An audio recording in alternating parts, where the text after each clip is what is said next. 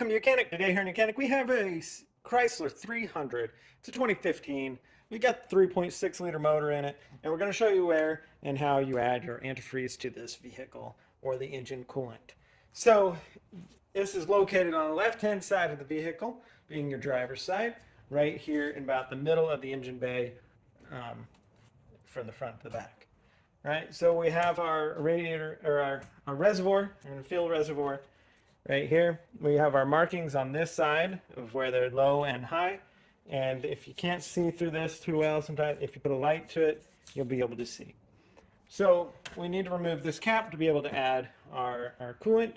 Now, we do not remove this cap if the fluid is hot or if the engine is hot, because hot steam and or water can come out and burn you. So that being said, we can now press this cap down a little bit to get it past its little safety locks.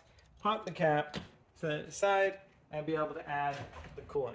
Now you want to use coolant, whatever brand you like to use, but you want to use coolant that is made specifically formulated for your particular vehicle. So matching colors, and then also what is called to be in the vehicle.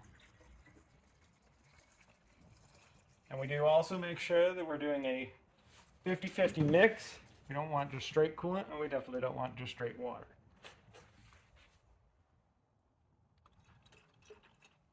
Because you will get the adverse effect of what you're trying to do is keep your engine cold.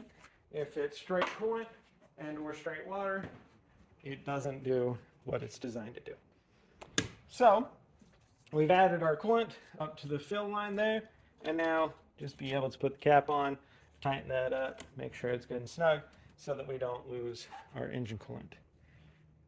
And so that's how you would add your engine coolant on your Chrysler 300 with the 3.6 liter motor. Thank you for watching Mechanic.